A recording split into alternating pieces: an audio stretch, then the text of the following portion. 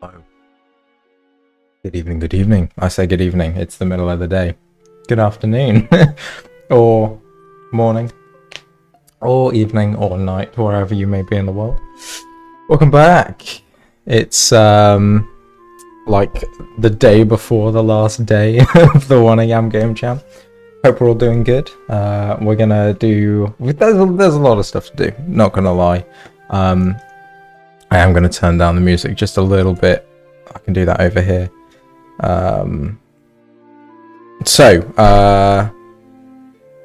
Welcome.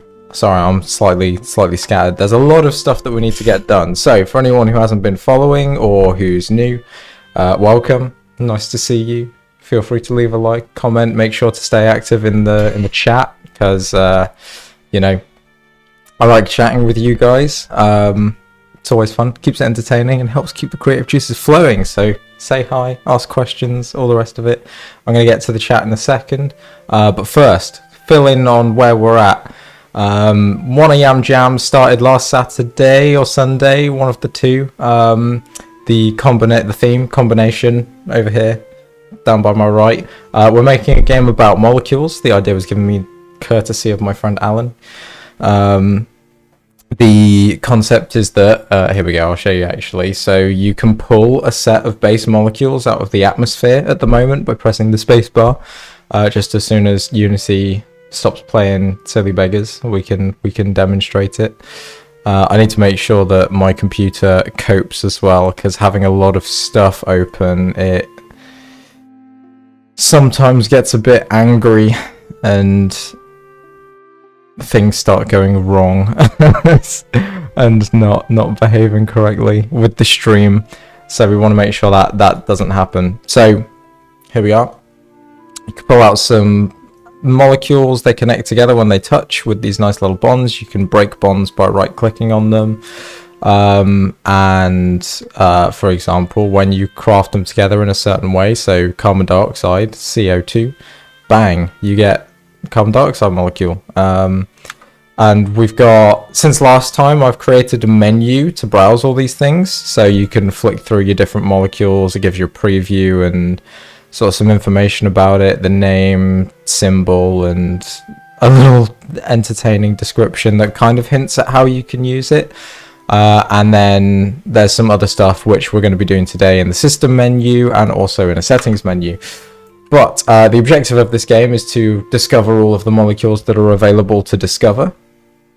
So the goal for today, first of all, is to get these menus done. Second of all, we need to do some sound design because at the moment the game has no sound. So we'll get onto some music today. Actually, the Acorn, which hopefully I can talk a bit about how I got somewhat good at music, because I have been doing music for 14 years now. Like properly, I think like my first proper instrument that I picked up myself was the bass when I was 8, and that was kind of when I started writing music as well, more electronic stuff, and slowly progressing into the kind of metal and alternative rock music that I do now.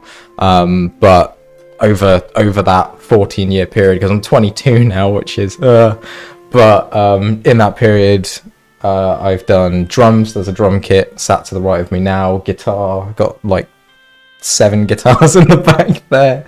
I've got studio production equipment because I do freelance audio engineering and music production as well. There's a keyboard on my desk. It's just, I've spent a lot of time listening to different music, trying to recreate different songs from games.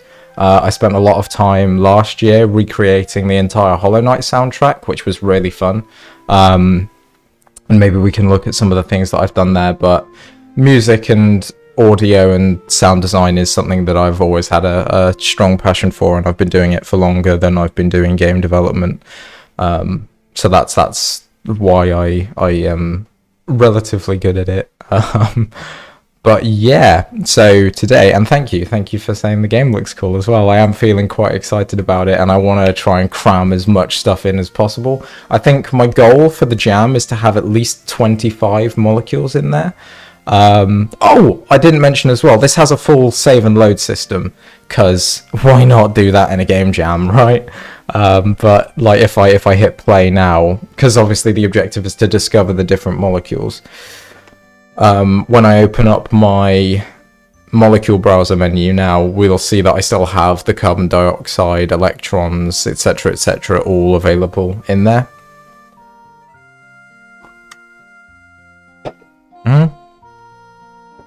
There we go. So that was actually really cool, really easy to sort out. Let me show you the code for that. This is it.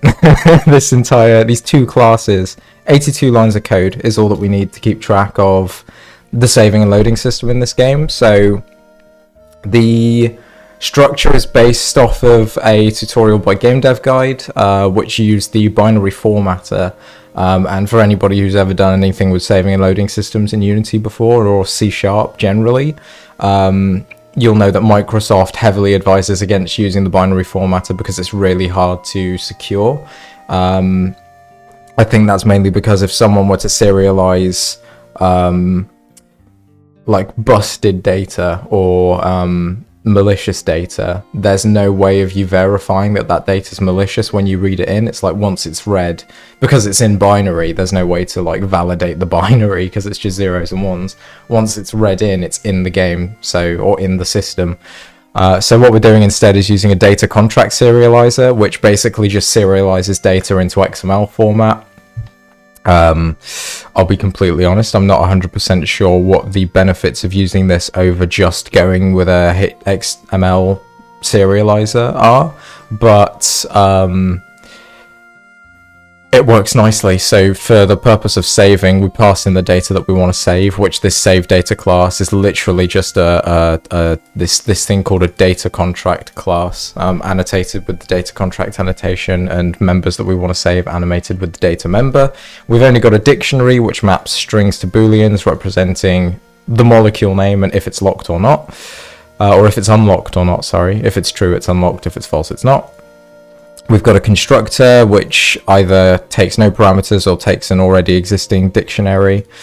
And then there's these extension data objects parameters which are required for the data contract system. For the actual serialization, we just check to see if we already have a save file there. If we don't, we make one. Or if the directory for the save file already exists, which by default it doesn't, and if it doesn't, we make it. We then specify the file to be under the persistent data path, under the directory name, and then with the save name, both of which is specified up here. Create a writer, file stream, nice and simple, and serialize our object through that writer to that file. And that's it. That's the entire saving process. Loading is basically the opposite. We pass in the path for the save file that we want. If it doesn't exist, we just return a new save data object. If it does, we get our serializer. We also create a new file stream as our contract for reading the file. We create an XML dictionary reader, which is an object that can read data from an XML file. And we specify that we're going to be reading from our file stream. And then we simply pass that data that's read into a save data object. Nice and simple. Close the reader, close the stream, and we are good to go. Dawnstall's got to head off now. Hopefully we'll see you later, but thanks for stopping by for a quick period. Have a good rest of your day, my friend.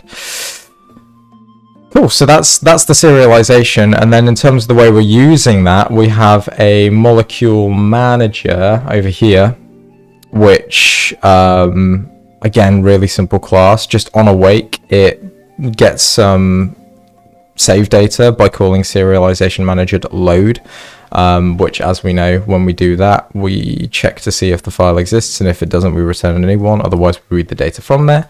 So that gives us a new save data object, and then we create a list of all the molecules in the game. And the reason I've done it like this is because if I want to keep working on this game after the jam, I obviously want to be able to add in new molecules, and I don't want it to wipe people's save data. So this allows me to do that. We basically load in every molecule that exists in the code base, load in the save data file, because the save data format is always going to be the same. It's always going to be just a dictionary with a string and a boolean. So we check through that list and say, if it doesn't have a value for our save data in there, we'll add in our new molecule to that dictionary and give it the value of if it's discovered by default, which can either be true or false, as you'd guess. And then if it is in there already, we'll check to see if discovered by default is true. And if it is, then we just set that value to be true. Yeah, that's basically that. Otherwise, we want to just keep the value as what it is when it's read in, which will either be true or false. Do a little debug log just to make sure everything's gone in there all right, but I think I can get rid of that now because I've tested it extensively. We've then got some browser UI, which is this lovely menu that we've got here, and we initialize that with all of our unlocked molecules where they have been unlocked, and we're doing that using a link, which is this lovely stream API, where you can do things like list.where.orderby.first, etc., etc. And then, why am I calling on molecule crafted? Oh, I'm not. I'm assigning a callback to it. So this event for when something is crafted, we're adding in the on molecule crafted method as a callback, which we're using to say if the thing hasn't been discovered yet that we've just crafted, or if it exists, first of all, which it should, but it's worth doing the check anyway. So if it exists, if it hasn't been discovered, then we mark it as discovered by updating our save data, doing a debug log, which I can get rid of because I know it works, put a notification pop-up saying you've discovered the molecule, and then the description is equal to whatever the description of the molecule is. We open the notification, update the UI. We should be updating the UI first. Then we open the notification, and then we add a button to our browser UI to say we have discovered this. And then we've also got a little thing on the quit to say just save the game when we quit, because we obviously want to save all our data when we quit. Axel, welcome. I've been watching the stuff that you've been doing on your jam in the chat over on Manisha's server, and it's looking quite fun. Also, if you want some help with your inventory system, hit me up, because I like inventory systems like that, and it would be really cool to see it in your game jam. So I'd be happy to help out if you wanted some assistance with that. But yeah, save system is a lot. I've probably got my priorities out of order, but it's cool. I'm chill with it, because it means, you know, even if I can just get a really small amount of content in there, it's okay. It's okay to only have a small amount of content, because when I think about how I want a jam to be, I want it to be like a proof of concept for something that can be bigger, and just to scope out if people like the concept, like the idea, and if it's cool and easy to get into. So yeah, if that's the case, I'll probably continue working on this for a little bit, maybe release it as a full thing on Steam, or just push some updates on itch. But either way, let's start doing some actual dev, shall we? Because we've been streaming for like nearly 20 minutes and I haven't done anything yet. So first things first, we want to make our system menu. And here's a tip as well. I've been making use of a few assets quite extensively for this jam to speed up the process, which is probably half the reason why I can get so many systems in there. And one of those things is the modern UI pack, which I've been using for doing all of my UI, which comes with this nice window manager class. It's a bit of a pain to work with in terms of like customizing the way it looks. Like getting these tabs to look how they look now and the menus to behave how they are took a lot of effort. But it was worth it getting there, because now I've got this really nice, sleek looking UI system. And it took me way less time than it would have done if I did the entire thing by scratch. So definitely, if your jam allows that in the rules, which I'm pretty sure the Manisha jam does, the Wanna-Yam jam does, any assets that have been obtained legally, which this has, I did pay for it, they can be used in the jam, so I'm making use of it to keep my life easy.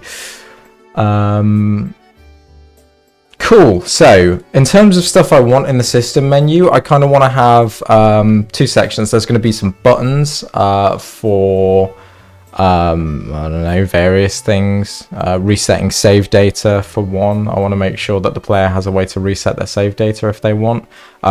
Quitting the game. I think those are probably the two.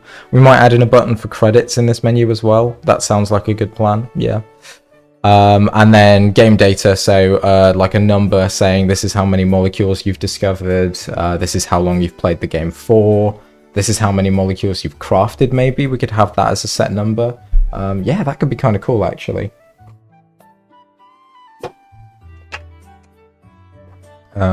Oh, and like tutorial stuff, so, or not tutorial stuff, but like a reminder of how to play the game.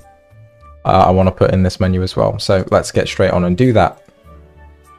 I'm currently doing that with use of a couple of vertical layout groups, so we can go in here, modern UI pack, button, and we can create a rounded outline in white. Boom, button. And because we're using, I'm going to remove this content size fitter. I'm going to disable it anyway, so I'm going to just turn off auto fit content. This is the thing that I was talking about with it being really annoying to use. It's just it's a bit of a pain to work with. We don't want our button to be that tall. Let's give it a layout element component, and then we can set a preferred height of like 200. Or maybe I just don't use force expand. We'll force expand the width but not the height. Yeah, that sounds like a good plan. And then I can put this down to much smaller. 200 is way too big. 100, let's go with that. I'm also going to go onto my buttons thing, add a layout element for preferred width, and we're going to take this way down so that the buttons aren't like crazy huge. I think I'm going to go with maybe 350. Sounds like it'll be good. And then on the game data, let's add a layout element as well, and we'll just max out the preferred width. Oh, no we won't.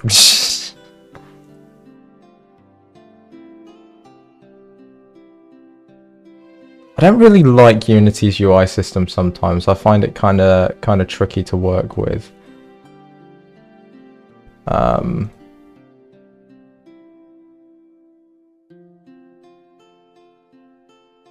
There we go. I still think it feels far over. Maybe the button's just too tall. Maybe I want it to be more like 50. 75? 75 will do. And we can make it a bit wider, because... Come on. There we go, we'll go with 500 maybe. Nice. We're going to disable the icon, because I don't think we need an icon on these, and this button is going to be...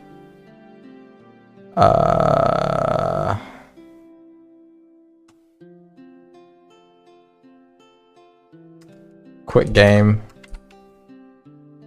I think we can probably sort these into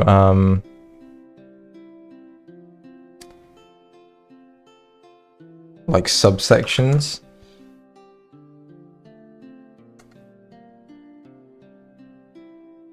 There we go. There we go. The update on this UI is kind of stupid. It doesn't update after every value change. It updates like one frame after. Cool, that's one button. This is going to be the quit game button. We'll also have a reset save data button. Reset Dave data. No, I did it again. Save data. There we go. Get rid of that slash, shall we? Duplicate again. This one is going to be our credits. And then duplicate again. How to play.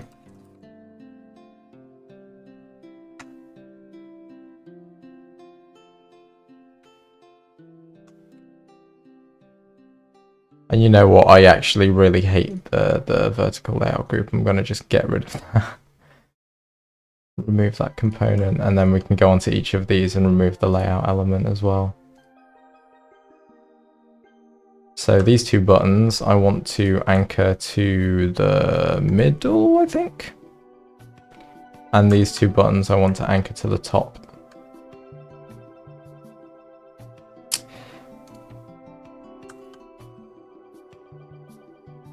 Why?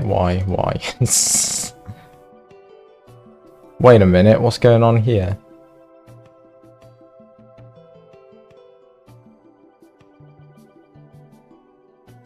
Oh, I disabled it on the wrong thing. There we go. So we're going to get the, I think the credits button and the quick game button. We'll move those ones down. Let's go like that. I'm still not a huge fan of how that looks. Maybe we can move the whole thing down a bit just so it's more centered. Yeah, there we go. Because one thing that I want to be very conscious of is I want this to work on loads of different aspect ratios, which at the moment that's one of the biggest things that people tend to overlook with Jam games when they're making games in Unity specifically, but certainly in some other engines as well. People tend to overlook that people have different monitors to play on, and especially I think a lot of gamers are tending to have ultra wide monitors now. I'm certainly looking at getting one, and I'm not even a gamer. Just for the sake of development, it would be nice. So I think it makes sense to give it some testing, make sure it works across different ranges. I'm gonna add in a background here, which I want to keep everything consistent, so I'm actually going to have it the same as the content for this one, rounded filled. Wait, do I mean that? No, I don't. I want it to be the same as the particle window, molecule list, scroll area, rounded filled 256.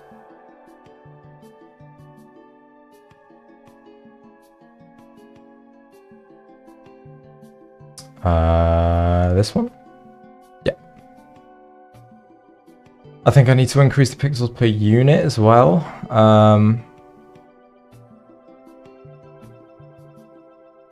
Yeah, 4.5, and we're going to steal, it's black with 35 on the alpha.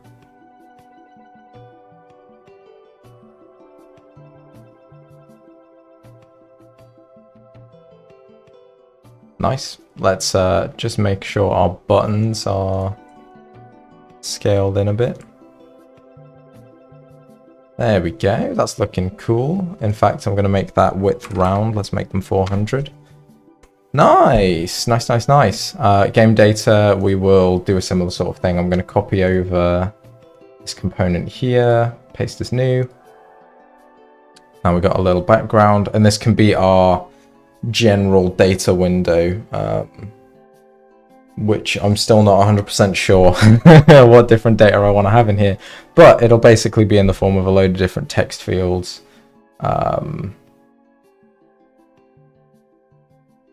which I think we can do this as a vertical layout group.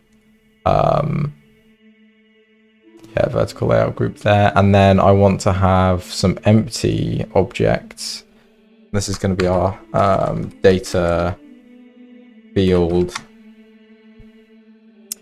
and under this we'll have two text objects. It's going to be a not a horizontal layout group. We will have UI Text Mesh Pro field name,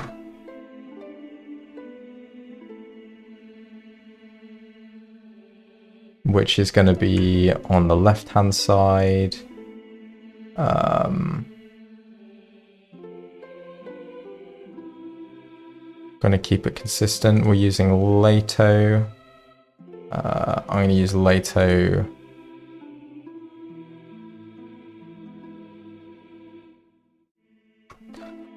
Maybe just the standard. Yeah, standard Lato, that's cool.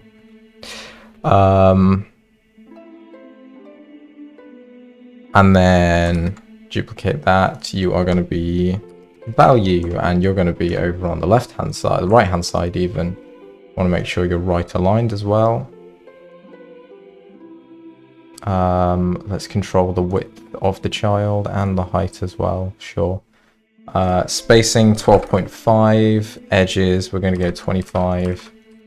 For the padding on each side, that's how I usually like it. And I think for the value as well, I'm going to go with a thin. Yeah. And you know what?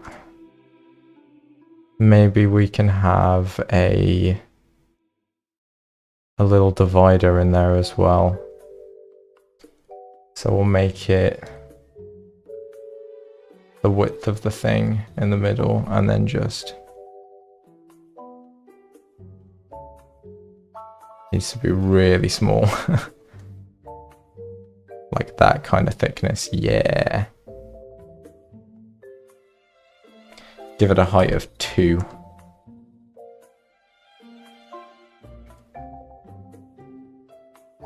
Perfect. So now we can just duplicate this data field over and over again, and we'll end up with nicely divided sections.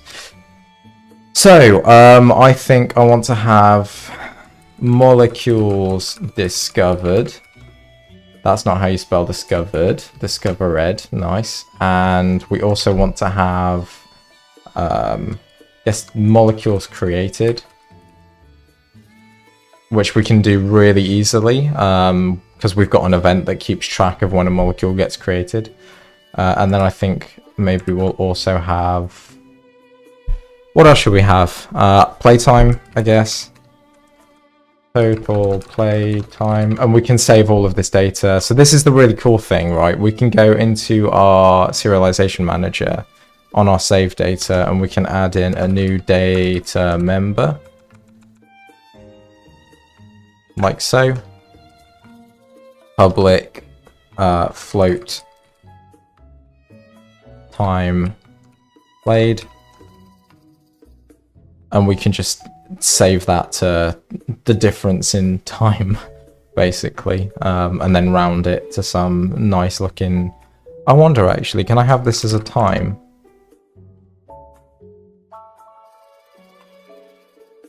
I can. Nice. That feels weird though. I might have to look at the API for that, but we'll also have a data member public int molecules created, like so. And then over in our molecule manager, we can update this very easily. First of all, let's finish up the constructor. We want to say time played equals 0, and can I... Oh wait, yeah, new time.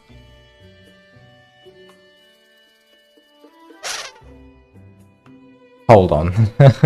Let's take a look in the scripting API at the time class.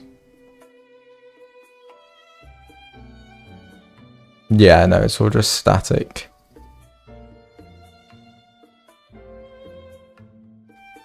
Static properties. That's fine. I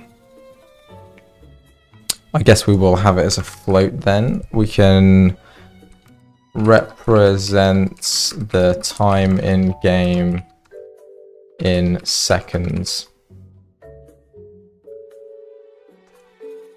Set that to 0, and we will say public int molecules created equals 0 as well. So this is our new save data thing.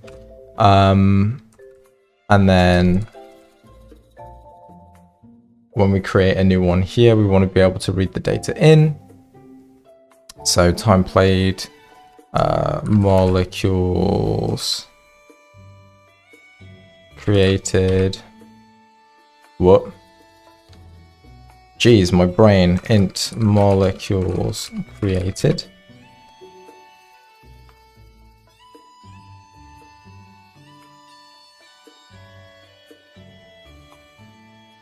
Time played equals time played. Molecules created with a capital M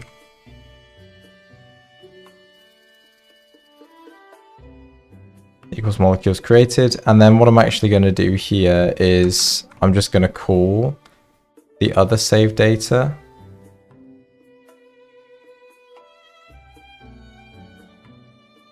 I wonder, can I do that? I don't think I can. No, okay, fine. So what I want to do is just create another public save data, which just takes in the dictionary.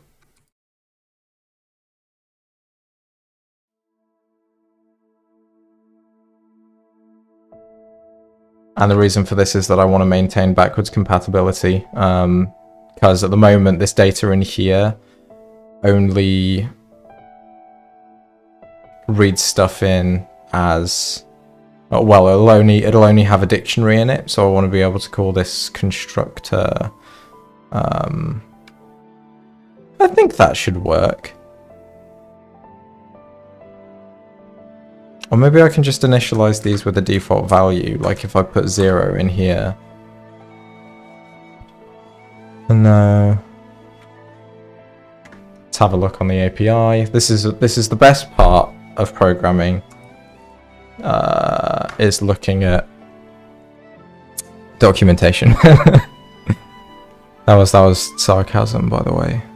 Data member attribute.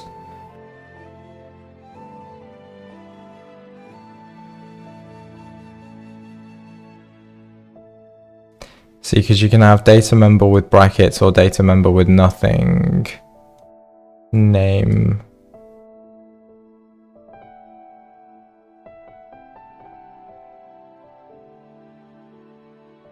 Is required. There.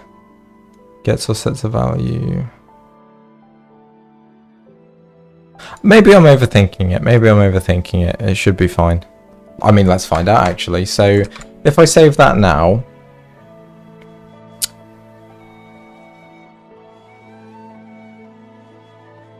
I think if we press play, it's going to complain because we don't have this data.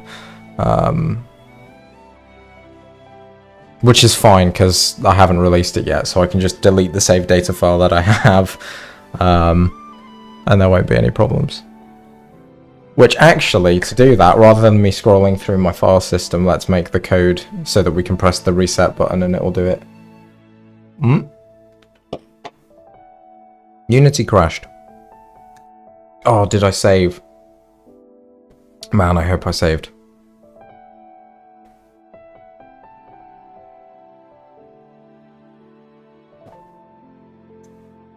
Oh, now my computer's frozen. Has the stream frozen as well? No, it's still going.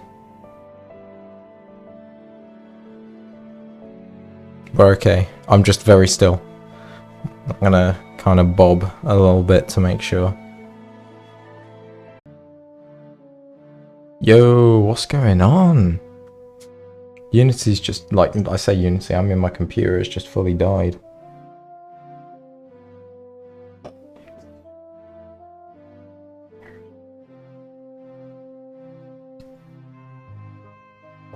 Kind of back.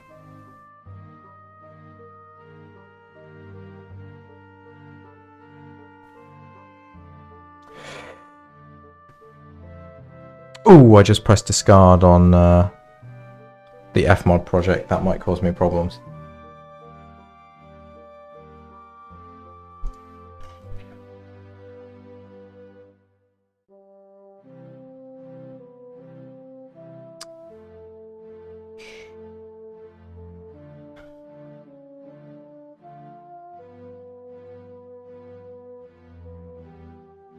Let's hope that we saved, because I don't think I did, which will be annoying. I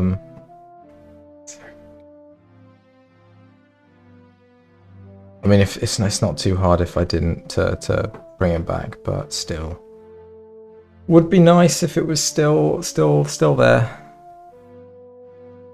How's everyone holding up? How are you guys doing while we're waiting for this to load up? Anyone else in chat been working on the Wanna-Yam jam or any other games for that matter? Tell me about them. Let me know. Check some things out.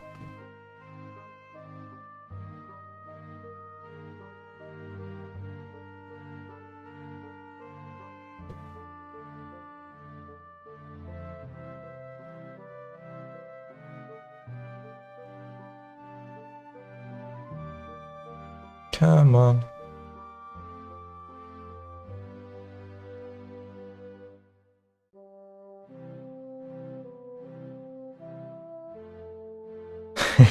Try your best to finish yours on time. Yeah, I feel that. What is your idea, by the way? Like fully fledged out. Give me some more details about it. I'm interested to know.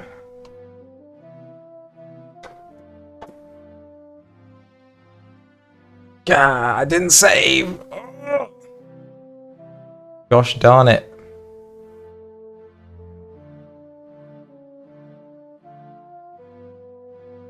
Bummer. Alright, let's finish this up. It's a great question. That's funny. I feel like that sometimes. Oh man, that's fully bombed out my motivation a little bit. That's fine. Get psyched. Oh. Okay, I'm going to press the play button and see if it does stuff, because if the play button works, then we know that the saving and loading is still going to work properly. And then we'll redo the UI that we just created. See what's what. That looks like it's behaving. Yeah, and we're still getting all the things we've discovered come through. Cool. Let's not play in 4K, because 4K is very slow. Cool, right, UI, recreating. Buttons, we aren't using a layout group anymore. But we do want each of these to have a layout element. Come on, you can do it, I believe in you, there we go.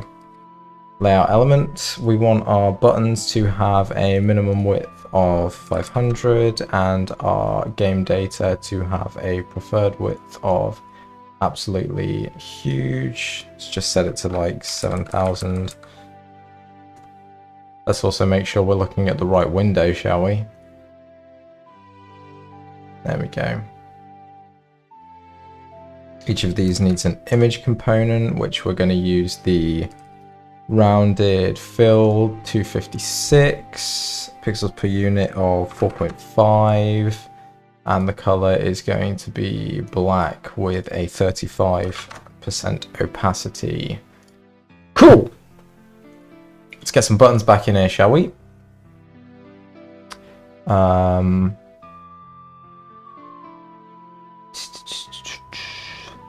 Button, rounded outline, white. I'm just going to keep it called button. We are disabling the icon. Text is going to be, I guess we'll keep it as white at the moment. We want it to be 30 in size. And we're going to duplicate it a few times. 2 of the buttons are going to be anchored to the top. Another 2 of the buttons are going to be... Actually, you know what? Let's just anchor them all to the center. That is fine. And we can just move them up and down. So, how tall are they? They're 55. Let's make them...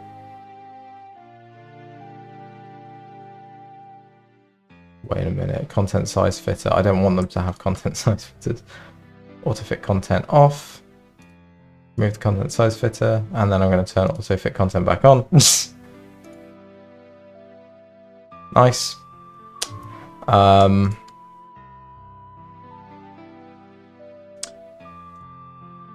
What width are we giving them? We are 350 wide, so let's go with 325, I guess. 325 width.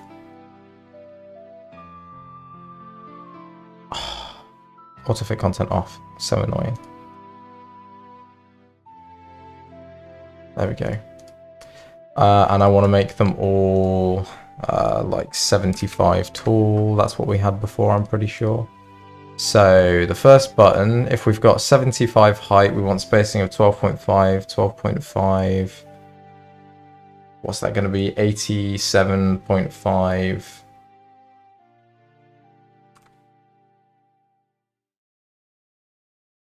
Times 2. Someone quick. 87.5 times 2.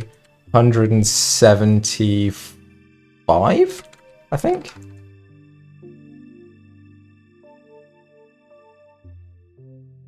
Oh my gosh, I actually got it. And what is that? And then this one we'll put minus 87.5. And then we'll take the whole lot and we'll just move it down a little bit so that it's properly centered. These bottom two, we're going to move them down a little bit more. Actually, what am I doing? Let's just do it like this. These ones can go at the bottom. These ones can go towards the top. Like that sort of thing. Yeah, cool. You're going to be reset data. You're going to be quit game. Actually, you know what? No, I'm going to put reset data and quit game at the bottom. Because I feel like flow-wise, that makes more sense for keeping people in. We want to be able to have people... That leaving game is the last thing that we want to do, basically. What were the other two buttons? Credits. How to play. And then credits. Set our text. How to play. Credits. Reset, save data.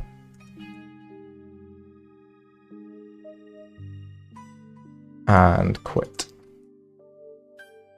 Save on up. So first of all, I can actually hook up the credits because I've created a credits window here. And we can go onto our modal window manager and press open.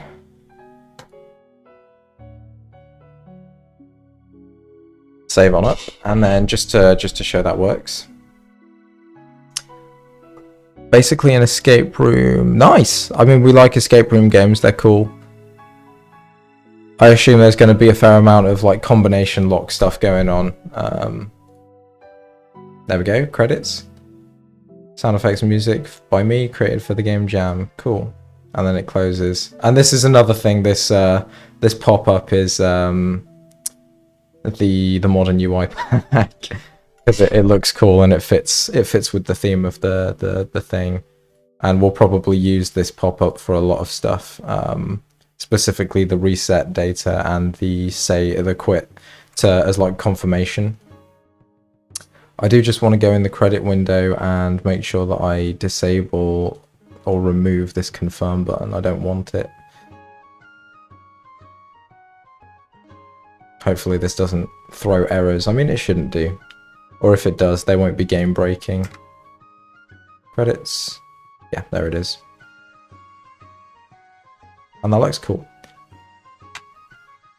Something else that I can talk about while we're here, if I spawn in a bunch of elements, you can see when I press the tab button to open the menu, it blurs out, which I think is probably something that a lot of people making management games want to do, especially if you're making a management game in Unity, and it's a thing that a lot of people can't do or can't figure out how to do because Unity doesn't have like a default UI blur shader, and there's a lot of tutorials out there for using shader graph, but some of them don't really look how I want them to look or don't look particularly clean. So doing this is actually really easy.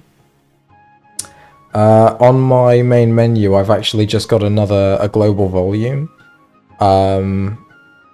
which I just automate the weight. So at the moment the weight is set to 0, and I do this using an animation because, you know, I'm using an animator to animate in the menu anyway, which, you know, for people who use Unity and know how to use it properly, yes, that's kind of bad practice because dirtying up your canvas and all that jazz, but it's a jam game, I don't care. You know, you can do it in code as well, using twins and stuff, but it's literally just a global volume with depth of field on it, max radius set as high as it goes, and using the Gaussian blur method. You can play about with different ones of these. Gaussian feels better for me, and you can change like how blurry it is just with this max radius setting. But that's a really quick and easy way to get a nice smooth fading blur on your UI backgrounds. You're welcome. Okay, we got our buttons in. Let's get our data set up again. Game data, we're maintaining our vertical layout group. I want things to be in the middle center. We are having padding of 25, 25, 25, 25, and spacing of 12.5. We are force expanding the width and the height. Actually, no, I'm not going to force expand the height. No, yes, I am. What am I talking about? Of course I am.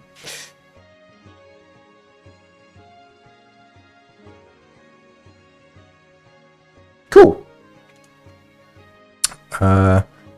Nice. That's good. To be fair, that was one of the themes that we were going to go down when we were doing the planning. For my idea was going to be combination locks, because it's a fun mechanic, kind of like maybe like a hacker style thing, or trying to figure out, you know, like the mini game in 1-2 Switch where you twist the remote and it clicks when you get to a certain point. Things like that are cool.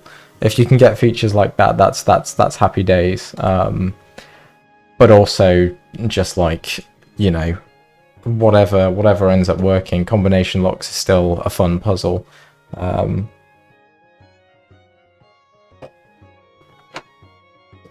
yeah, if it's in web or you build it to Mac, I will definitely be playing it. Make sure you send me a link.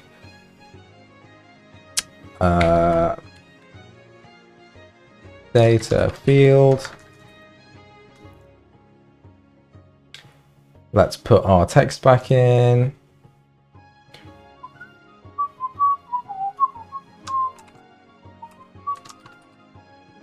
Field name. Put you over on the left side. You know what? I think I can use a horizontal layout group here, and we want them to be again middle center. We're going to control the width and the height, and then we want to make sure you are like this. Duplicate this one. You're like this. Perfect. And you know what? We can even add in some more padding because we like padding. Padding is good.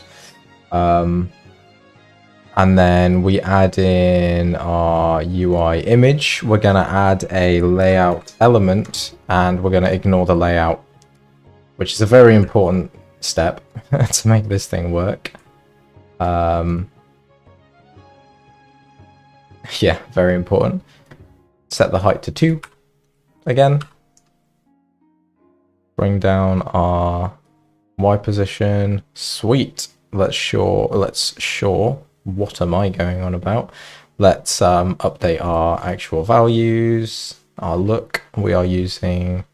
I think were we just using normal later? We were, weren't we? I think 36 is a good size. You're gonna be. I'm spending way too much time working on UI. Can you put the decimal point in, please? No, we can't. Okay. But I can hear? Yes, I can hear. Interesting. Okay. So, well, let's have some spacing so that we don't get the things touching.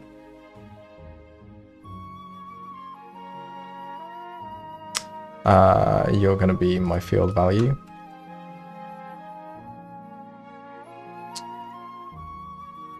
Just for the time being, I'm going to set you to 5 out of 50. Or 5 out of 25, because we don't know how many we're going to have in game. Character spacing, I like to have a character spacing of around 25. Just because I like a bit of extra room. We're using Lato thin for the value, and molecules discovered.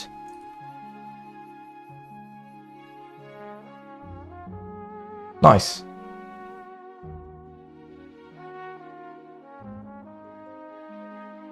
Happy days, happy days. Molecules discovered.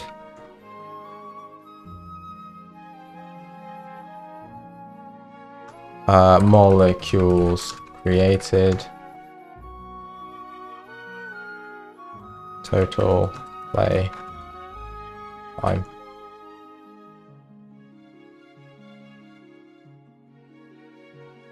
I think I'm changing my mind. I don't like how the spacing looks. Play time. or at least not on the field names anyway. Maybe give it 12.5. Yeah, that's better. Discovered it.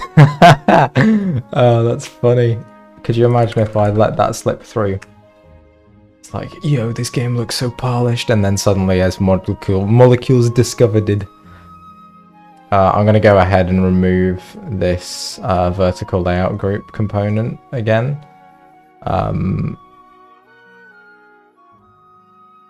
And instead I'm going to go into these. I'm going to take down their heights.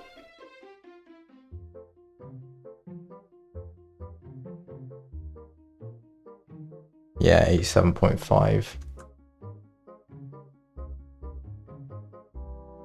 And I'm going to put these two closer together, sort of more towards the top, and then the total playtime can go more towards the bottom.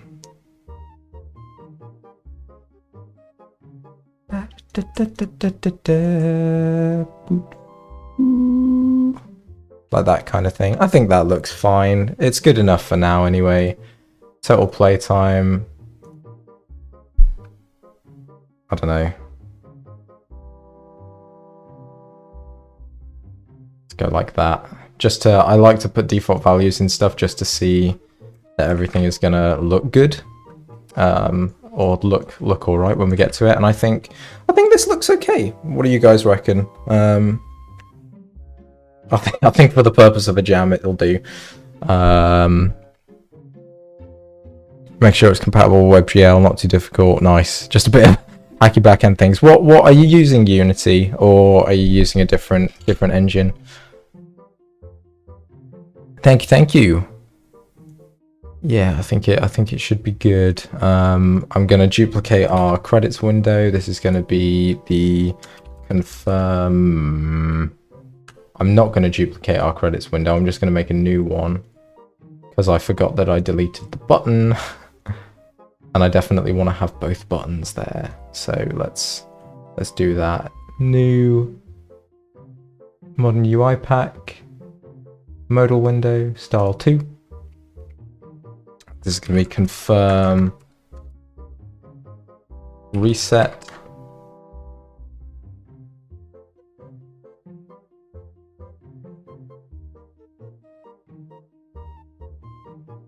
There we go. Let's make sure we hold on a second. Doesn't have any connection with the UI manager. Oh, shame. Copy our background color, 85 opacity.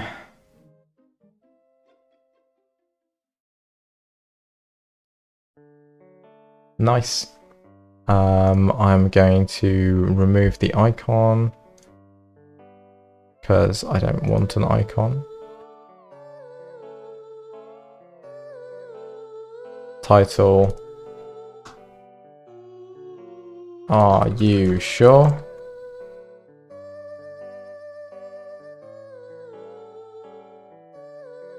We'll set our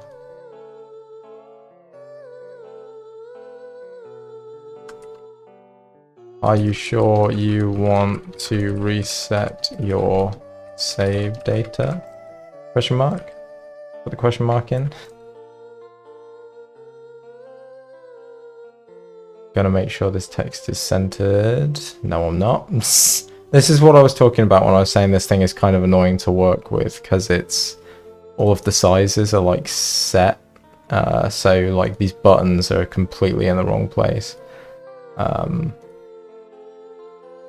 which yeah, it's just kind of annoying, but I guess we'll be fine. Cancel button is going to be no. Confirm button is going to be yes.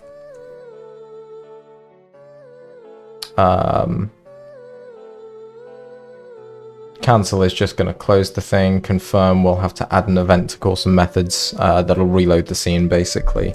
Delete the save data and reload the scene. Let's actually get that title. Are you sure? Oh wait, nah. Reset save data.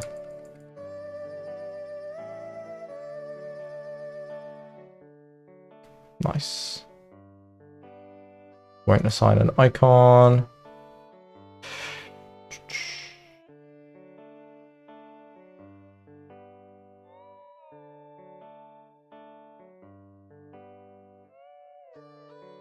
Is that this image? Nope. That's just a mask. I'm trying to figure out where this line comes from.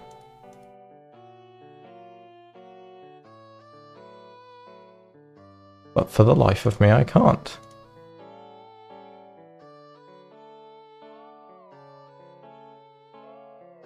Ah, separator. There we go. Up the width of that a bit. Although I can almost guarantee that when we press the play button to test this, it's not gonna behave how I want it to. Let's make it invisible anyway. And then that was our reset data thing. So let's go on to our reset data button, add an on-click event, take our confirm reset,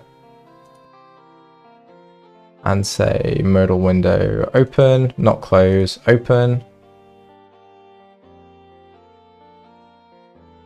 We will make another one. This is going to be confirm quit. Quit game. Are you sure you want to quit? The molecules will miss you. Sad face. Let's just have a look at that to make sure all fits. Yeah, that all fits good. Put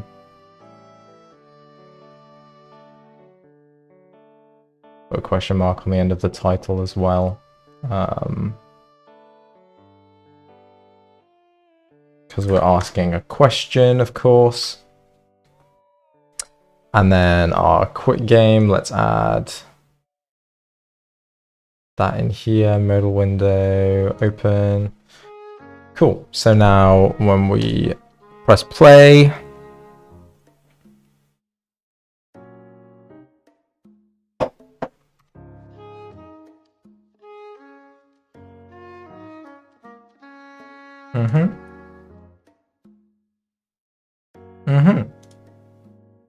and we've got the credits as well. Cool. This all looks really good.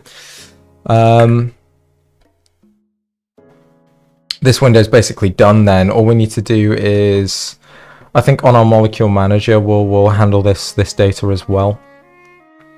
So we'll have a, or maybe we can have it on the molecule. No, we don't want it on the molecule browser.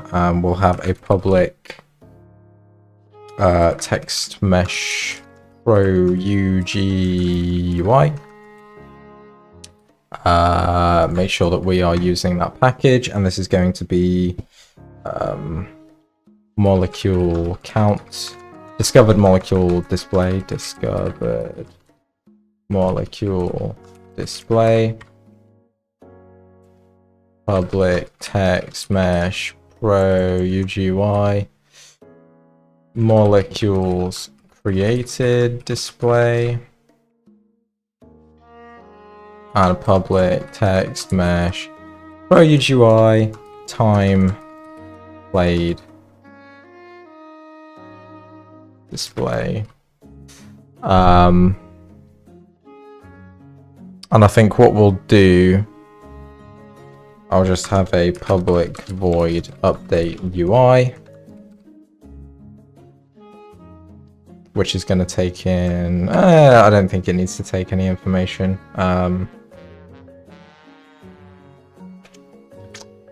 Yeah, it doesn't need to take any information.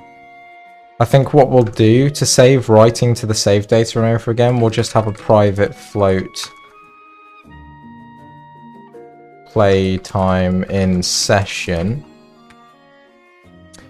And we'll just use this as the value that we read from. So when we update the UI, we'll, yeah, that's fine.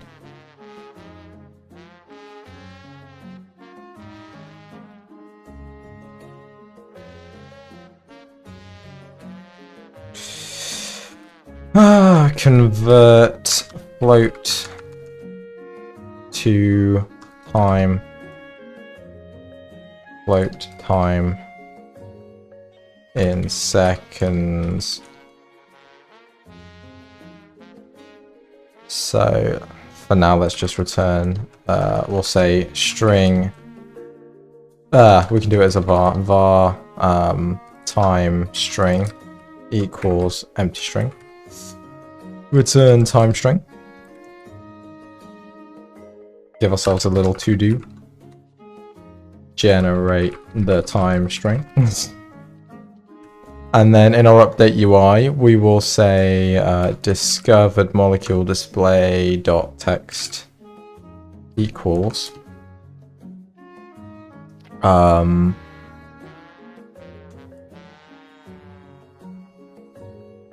let's have a private int molecules in game. Total molecules in game. And then in our start, we can say total molecules in game equals current save data dot unlocked molecules dot length count even no count.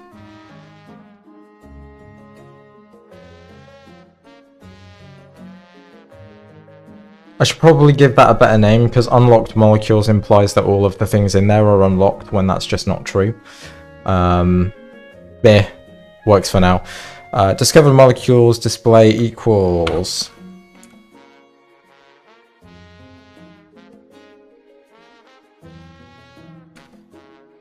there we go, slash that, and we'll have total molecules in game in this one.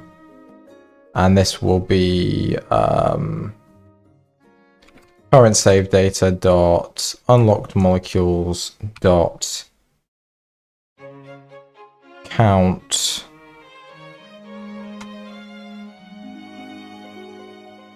m, and we're gonna do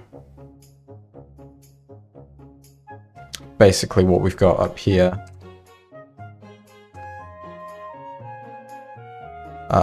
So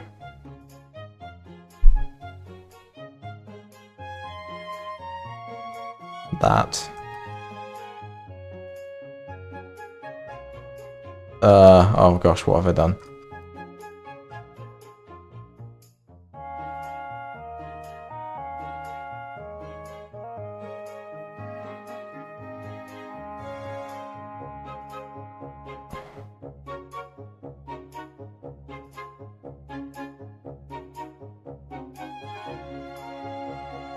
Wait, no, that is what I want to do.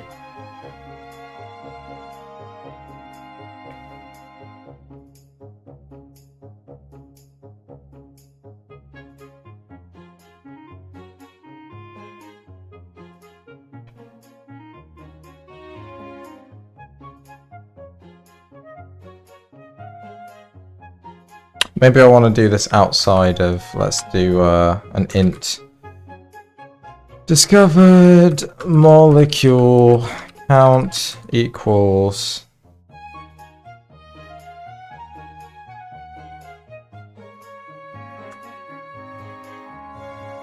that.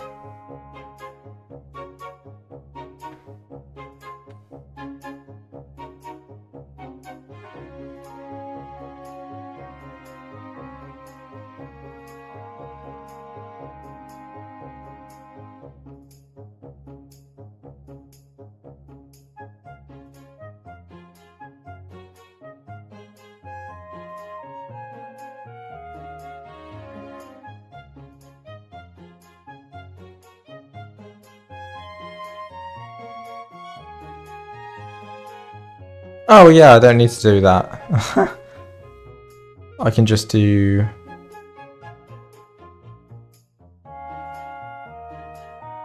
return m.value.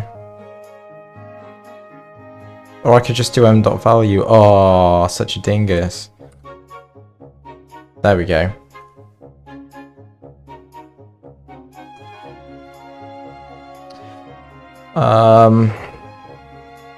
Great, that's good. Next up is molecules. Create a display.text equals I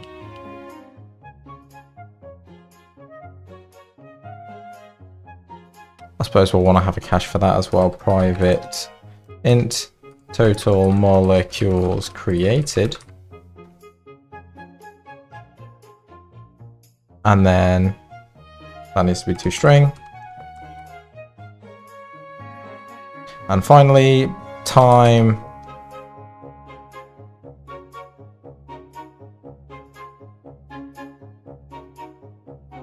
played display.text equals convert oh my days, convert float blah, and then time in session. Cool.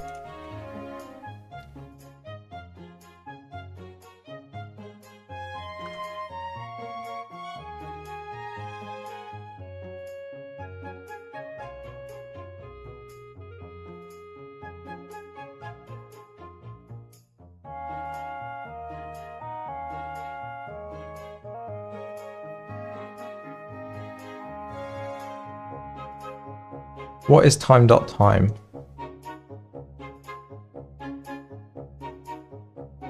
The time at the beginning of the frame.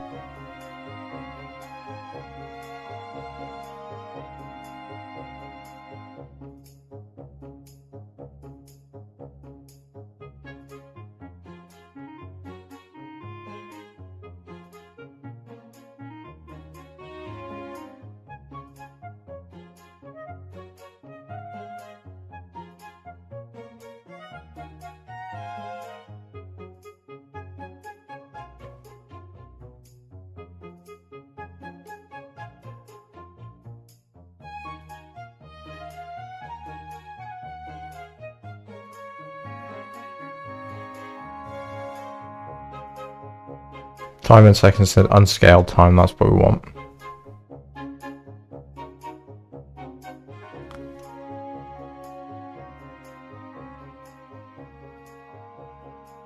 Or unscaled delta time. Yeah.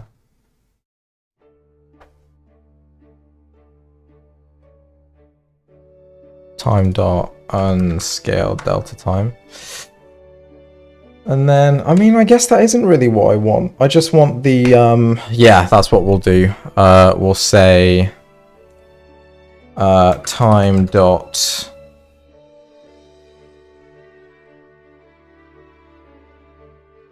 unscaled time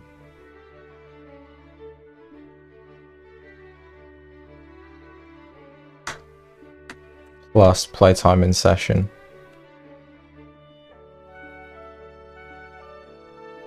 And then here we can just wait a second. We'll call update UI on every second basically, and we can do that using invoke repeating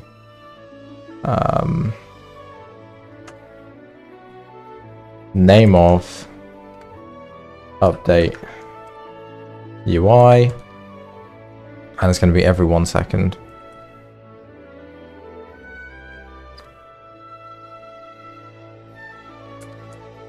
Oh no, instantly every 1 second. There we go. And then when we save, we'll just go time, or well, current save data dot time played equals play time in session plus time dot unscaled time. And then we save it. Nice.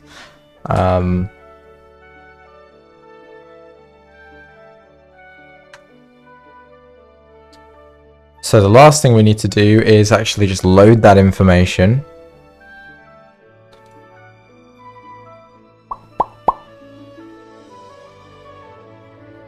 My brain is struggling to process. Let's sort this out. Playtime in session equals current save data dot time played, and total molecules created equals current save data dot molecules created. Cool. So the last thing is just to generate that time string, which, you know, I'm not going to write myself, or maybe I am. How to convert seconds string to timestamp.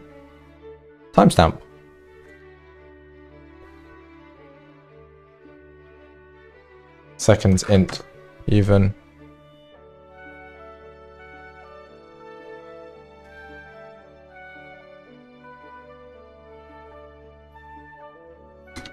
Specify C#. Time span.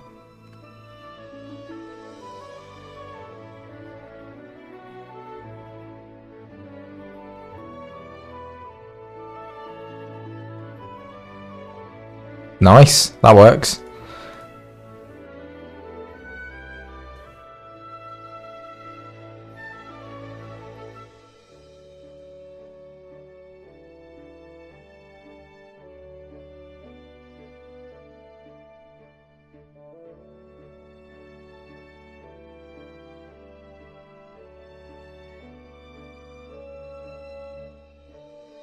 What is it? Time span up from seconds. Takes in a double, so we'll pass in time in seconds. Nice, I could just do it like that. That works. That's cool. It's handy. And then, cool. Time string equals string dot format. You know what? We can.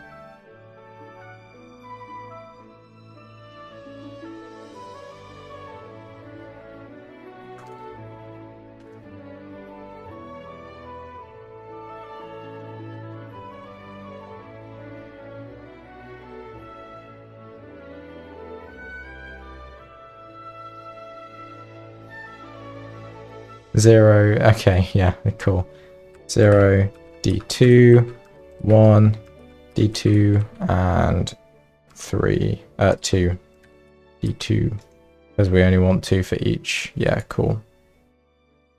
And then T dot hours. Nay, what you doing? Time span dot hours, time span dot minutes, time span dot seconds, and then we return time string. Cool.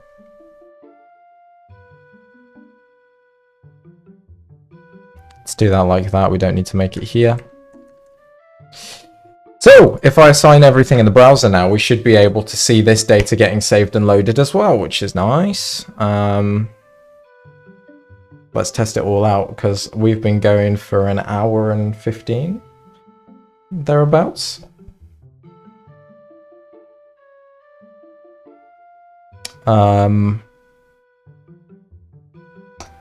So our molecule manager over here, we have got the discovered molecule, molecules created, and time played. Save that up.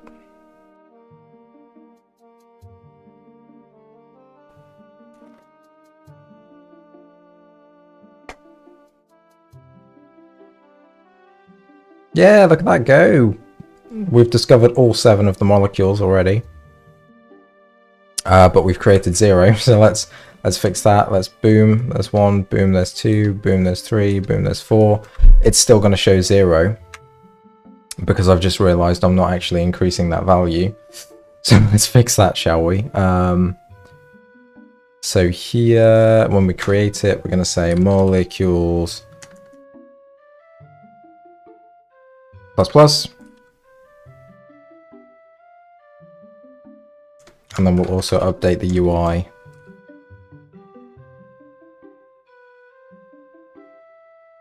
To make sure that's all up to date. We also need to make sure that current save data.molecules created equals total molecules created. And current save data dot unlocked molecules.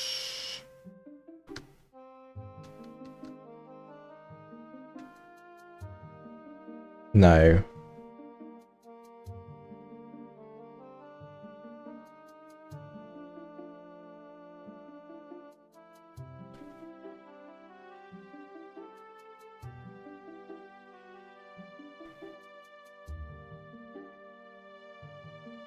Oh, I don't need to do that. I don't need to do that. Because we know, I think I did know that. Yeah, I did know that.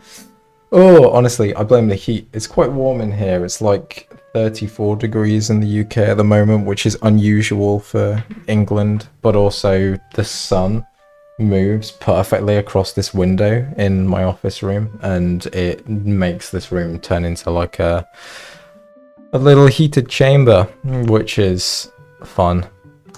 If I press play now, we should be able to see the same time that we had before, which, if I'm honest, I don't remember what that was, but it's cool. Molecules created 0, there's 1, there's 2, there's 3, there's 4, there's 5. Molecules created 5, molecules discovered 7.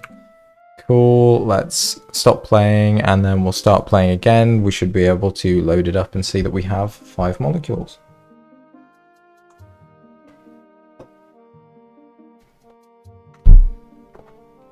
Yep. Cool.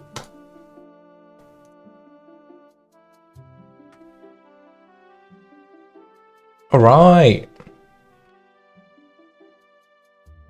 About 5 to 6 p.m. Yeah. Yeah, it's like crazy hot in here at the moment. Getting all clammy. It's great. Ooh. Whereabouts are you based actually? If it's like 5 to 6 p.m, I assume you're somewhere over kind of Eastern Europe, Asia direction. Would be my guess. No, it would have to be further over than that. Maybe like, not Australia, that's too far. Somewhere more east. I'm not very good at time zones, if I'm being honest. Right, let's get these reset save data button hooked up. So I want to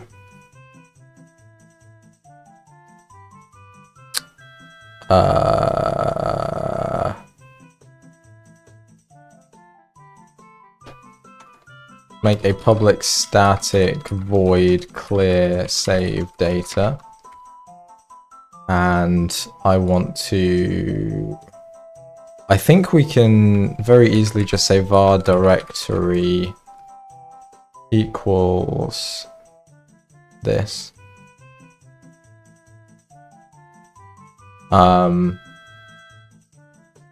And then file dot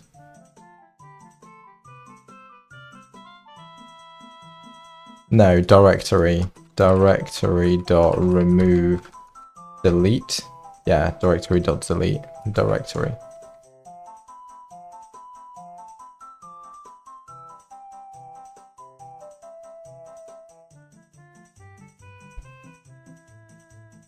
Ah, got ya. Oh, cool, nice. Over on the west coast. Very nice. I haven't been to the west coast. Wait, yeah, west coast. Haven't been to the west coast of America. I've spent some time in the east coast in New York because I got family over there. And also Jaden, other developer in Shiba Dog Studios, is sort of central time in the States. I do like going to America though. It's fun.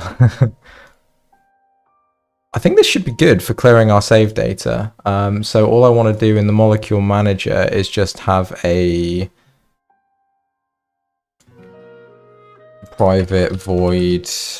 I guess we can have a quit game void, which will just do application.quit. And we'll also have a private void. No, these need to be public void reset game data,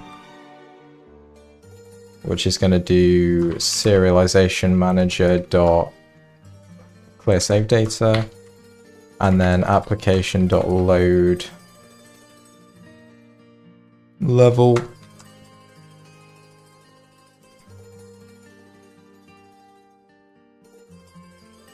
Oh, scene manager, yeah, of course. Manager.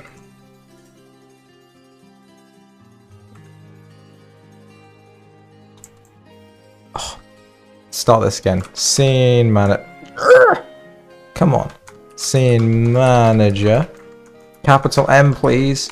Manager. Dot load scene. We're actually going to want to do this async because I want to put in a loading screen, just like a fade in and out type thing, nothing too fancy, but just to signify that stuff is loading in case people are running on slow systems. We're actually going to have to do this in a separate class, because if we load async in here, we need to make sure this is persistent, and this isn't persistent. We also don't want it to be persistent, but that's fine. That's fine. So actually, let's just get rid of that scene loading for the time being, because we can. Oh no, let's not. Let's just reload the scene. That's fine. We'll press the yes button. It'll reload the scene, and we'll be like, cool, we have nothing. Let's hook our buttons up. So.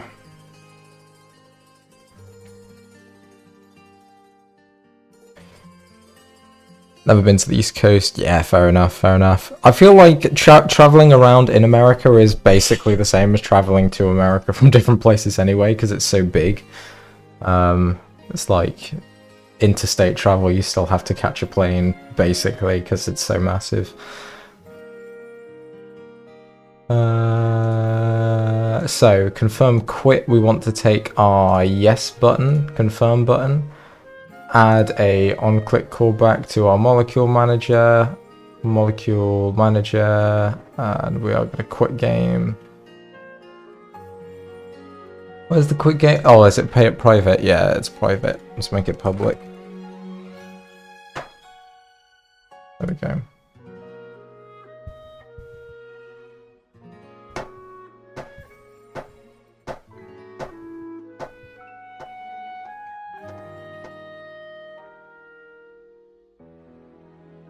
Molecule manager, quick game, amazing. And then similar thing on our reset. Let's get our yes button, and we are gonna say molecule manager,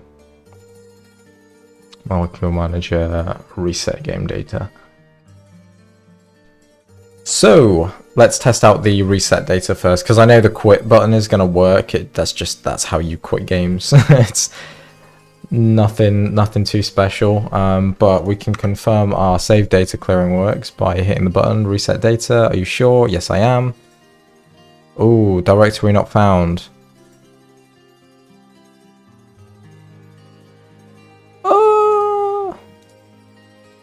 Well, that's interesting. It should be able to find, unless it's because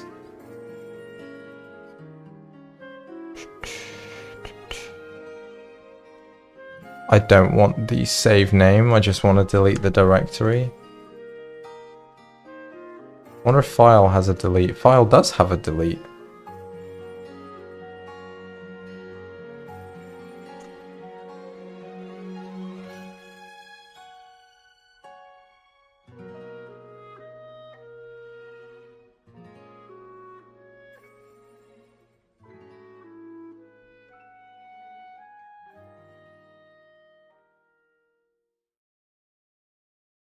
I feel like this is a really janky way of doing things. We should probably put this in a try catch.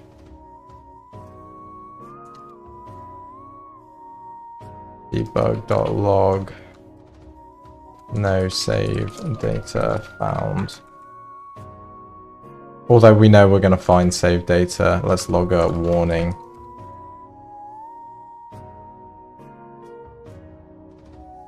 Make it a bit more verbose. No save data found at directory.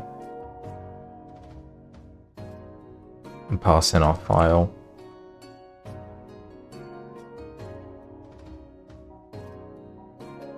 Yeah. This is impeccable code by your standards. I mean, I try to keep stuff kind of clean. This feels like it's not the way I'm supposed to do things. But I'm a software developer by my day job anyway. I've been programming for 12 years, give or take.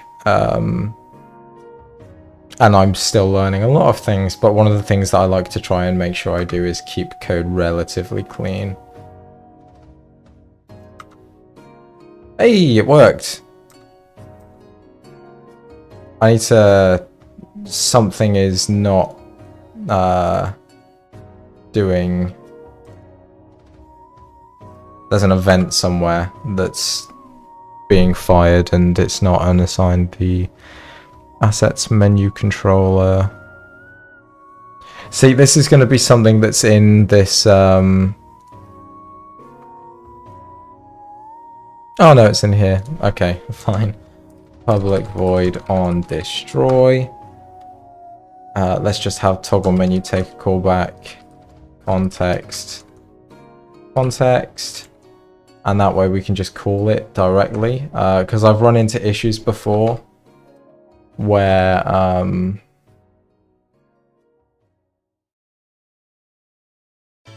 that's the syntax, there we go. I've run into issues before where oh, my brain is not working, where having it be like this dynamic thing where you have context and then our like lambda expression into calling a different method that doesn't need it, where it just doesn't unassign the method again. So I want to make sure that that does what it's doing. But cool, that means everything's working there. We're making good progress. Oh, fair play. 9 years. That's good going. That's good going. Yeah, I mean, yeah. It depends what your goal is, I suppose. Like I have this discussion with Jaden as well.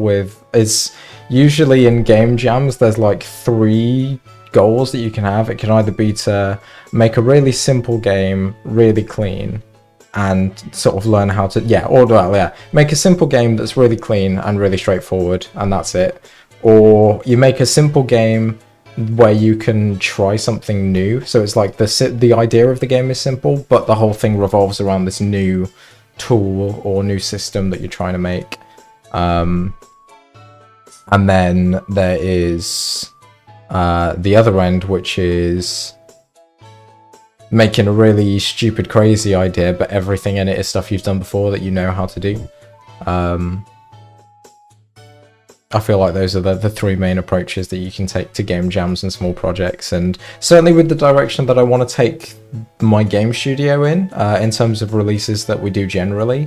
I want to be making lots of small projects that are really clean so we can reuse the systems in future projects, and effectively do kind of like a sock pop kind of thing where we just push loads of small projects out for like $2, $3. And, you know, obviously we still want to come up with ideas that we're excited about and that we find entertaining or cool. I don't intend on it being just like a, you know, this is cash grabby, because that's, you know, it's game development. It's never going to be cash grabby. But in terms of finding that balance between like sustainable monetization and being able to make games, the business models that you have are kind of limited. And I think the sock pop model is a really good one. Especially for people who enjoy making jam games, which, taking part in this jam, I didn't realize how much I missed doing game jams. I haven't done one like properly by myself in probably since I was 15. So what's that, 7 years? It's a long time. But coming back into this one, it's like it's really fun just pulling together a small idea and seeing what can happen. And I feel pretty happy with the way this one's turning out. So one thing that I do want to do as well, though, you'll notice if I just press play and demonstrate something, we're going to get more into kind of fixing up some mechanics now that I know the menu's working. So I might not put a settings menu in the final thing for the jam because I don't think it needs it. But okay, we got some carbon, we got 2 carbon. Let's attach these 2 carbon together. So we know that carbon dioxide is 1 carbon and 2 oxygen. So let's get another oxygen if we can find one. You know what, actually this works better. We can do hydrogen, H2O. So if I put my oxygen against one of these hydrogens like that, and then connect it to here, obviously this thing that we've got here is not H2O. But if I remove this one, then we will have H2O. It hasn't made H2O. So that's something that we need to fix. And that's a pretty easy fix. The way that we'll do that is by in our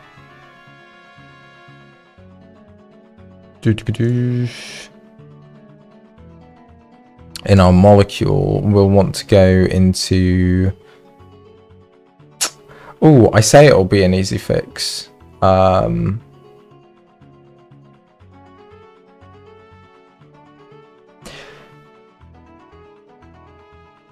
It might not be an easy fix. So basically, the way that we're doing crafting detection is when we create a connection, it fires off this onConnectionCreated event, and it only runs this on the one molecule that was connected.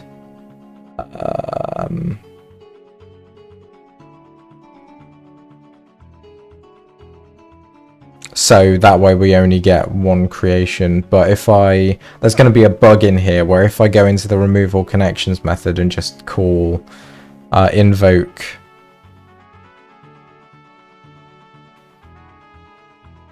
the thing, we could end up with a situation where we actually create 2 hydrogen, or we try to craft together something multiple times when we shouldn't. So I need to figure out a way to get around that. I mean, for now, I don't care that much. I think I can live. So we're gonna do on... Oh wait, no we're not, because we've got...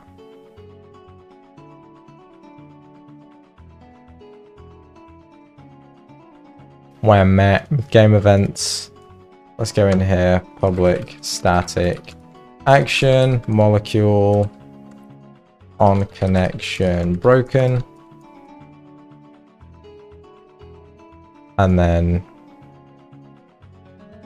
in the break connection method, we'll do game events dot on connection broken, invoke molecule to disconnect. Yep, cool. So this is where the problem then happens. We're gonna call that method on all of the molecules that we were connected to, as well as on ourselves. We don't wanna call it on ourselves.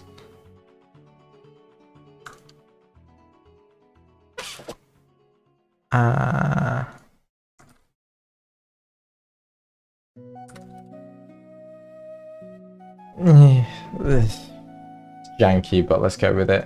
And then in my molecule crafter, we will game events dot on connection broken, also plus equals check craft. Let's make sure we get those disconnected as well, so that we don't end up with any lingering processes. Very important, so that you don't get errors. And let's see if we can get that works now. Oh, it's your first game jam. Nice. Well, welcome to the world of jamming and the stress that it induces, but also the fun creative ideas. It was actually a game jam that I met Jaden through, who again, Jaden is the other developer for anyone new who's come in who didn't hear me talking about earlier. Jaden's the other developer at my game studio, Shibadog Studios. We met like a year ago. No, yeah, it would have been last year, sort of June time during the full-time game dev jam hosted by Thomas Brush for his course full-time game dev. Here we go. Let's see if we can get some more oxygen. There it is. Don't want you to do that. I want you to do that. Go on, hop on there. And then pop. There we go. Cool. Oh, and it didn't create... Wait, no, I knew that wasn't going to create 3. So what we want to test is if we get...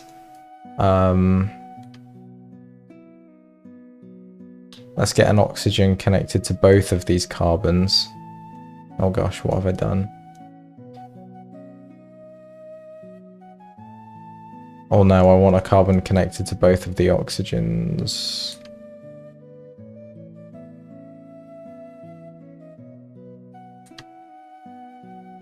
Like this, like that, and then like this. So if I bang... Oh, we still only get 1. Perfect. Okay. Well, that worked inadvertently. Discovered an electron. There we go. Molecules discovered 5. 5. Perfect. Molecules created 27.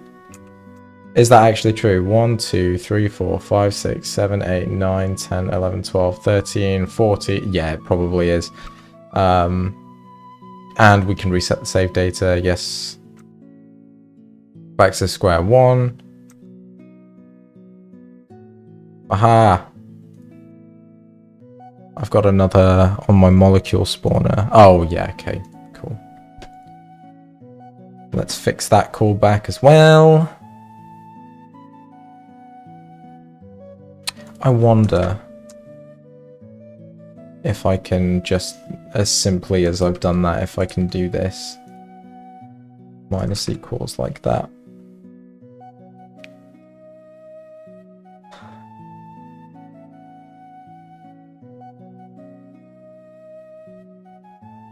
I think that should work. I'm trying to think what else is there to do, or what else important is there to do, if there's any other bugs that I want to fix, any other changes that I want to make.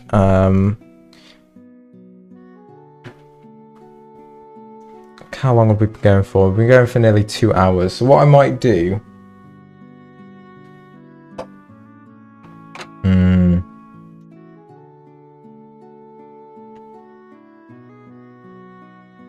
Oh, that was a bug. There's my carbon dioxide.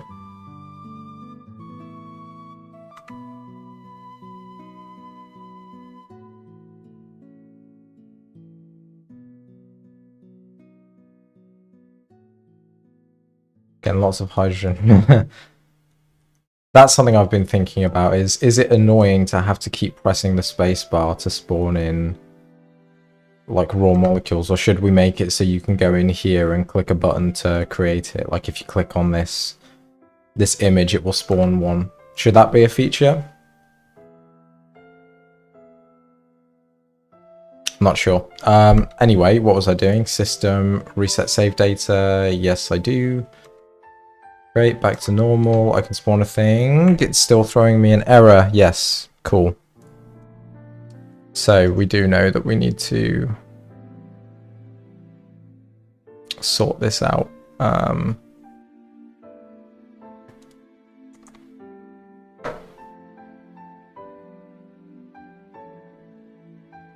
Hey.